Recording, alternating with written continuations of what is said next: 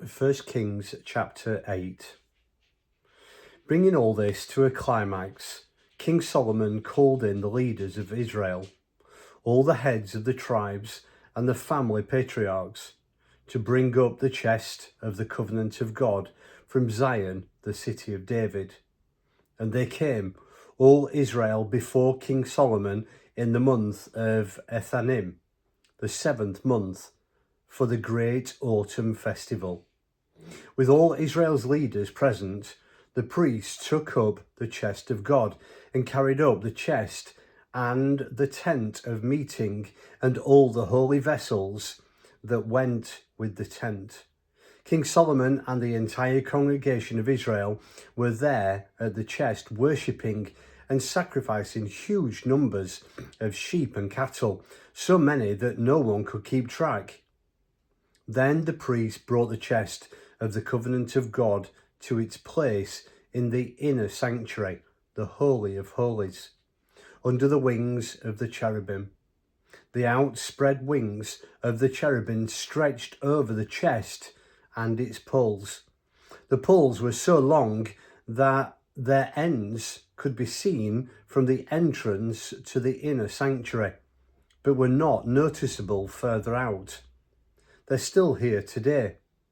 There was nothing in the chest but the 2 stone tablets that Moses had placed in it at Horeb, where God made a covenant with Israel after bringing them up from Egypt. When the priests left the holy place, a cloud filled the temple of God. The priests carried out their priestly duties because of the cloud. The glory of God filled the temple of God. Then Solomon spoke. God has told us that he lives in the dark where no one can see him. I've built this splendid temple, O God, to mark your invisible presence forever. The king then turned to face the congregation and blessed them. Blessed be God, the God of Israel, who spoke personally to my father David. Now, he has kept the promise he made when he said, from the day I brought my people Israel from Egypt, I haven't set apart one city among the tribes of Israel to build a temple to fix my name there. But I did choose David to rule my people Israel. My father David had it in his heart to build a temple, honouring the name of God, the God of Israel. But God told him, it was good that you wanted to build a temple in my honour, most commendable. But you are not the one to do it. Your son will build it to honour my name. God has done what he said he would do. I have succeeded David, my father, and ruled over Israel just as God promised. And now I've built a temple to honour God, the God of Israel. And I've secured a place for the chest that holds the covenant of God, the covenant that he made with our ancestors when he brought them up from the land of Egypt. Excuse me. Before the entire congregation of Israel, Solomon took a position before the altar, spread his hands out before heaven and prayed. O God, God of Israel, there is no God like you in the skies, above or on the earth below, who unswervingly keeps covenant with his servants and relentlessly loves them as they sincerely live in obedience to your way. You kept your word to David, my father, your personal word. You did exactly what you promised, every detail. The proof is before us today.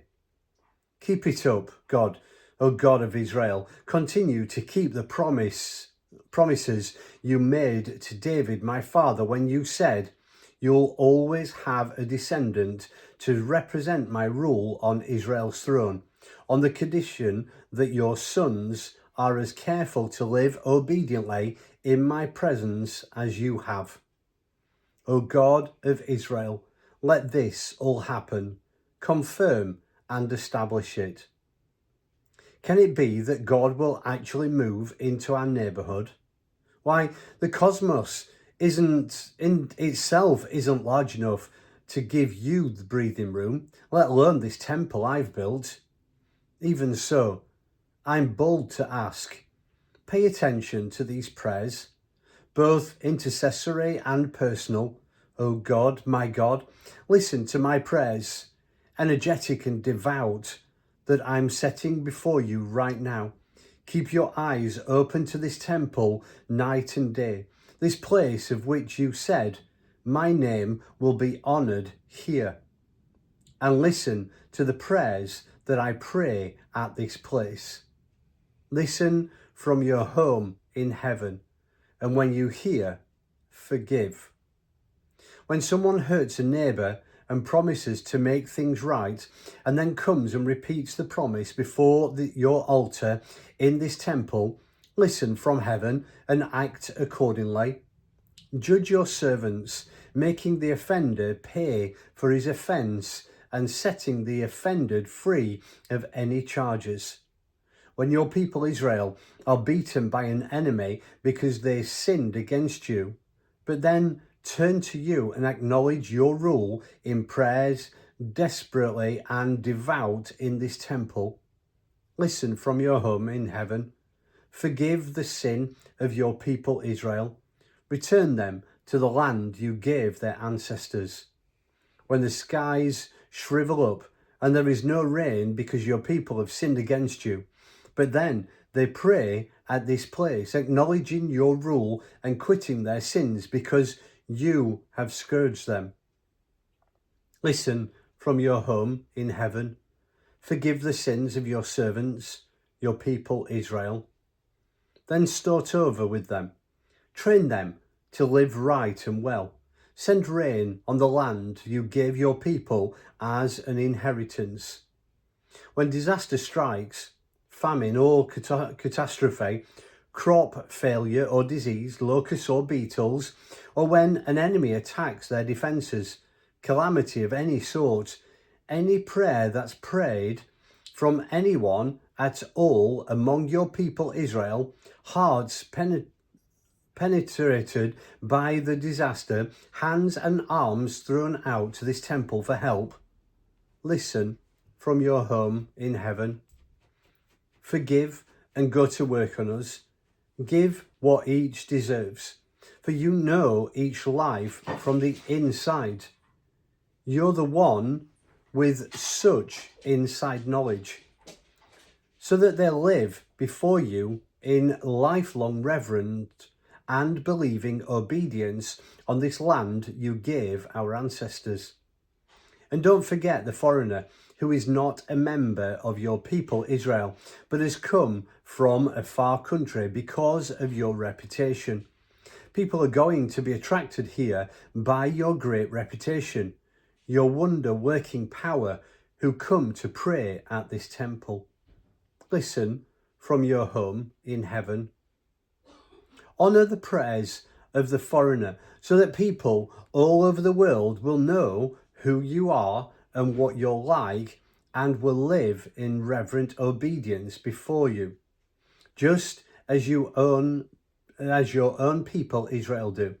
So they'll know you personally. Make this temple that I've built what it is. When your people go to war against their enemies at the time and place you send them, and they pray to God toward the city you chose and this temple I've built to honour your name, listen from heaven to what they pray and ask for, and do what's right for them. When they sin against you, and they certainly will, there's no one without sin, and in anger you turn them over to the enemy, and they are taken captive to the enemy's land, whether far or near, but repent in the country of their captivity and pray with changed hearts in their exile. We've sinned, we've done wrong, we've been most wicked, and turn back to you, heart and soul, in the land of the enemy who conquered them, and pray to you toward their homeland, the land you gave their ancestors, toward the city you chose, and this temple I have built to the honor of your name. Listen from your home in heaven to their prayers, desperate and devout, and do what is best for them. Forgive your people who have sinned against you. Forgive their gross rebellions and move their captors to treat them with compassion. They are, after all, your people and your precious inheritance, whom you rescued from the heart of that iron smelting furnace, Egypt. Oh, be alert and attentive to the needy prayers of me, your servant, and your dear people Israel. Listen every time they cry out to you.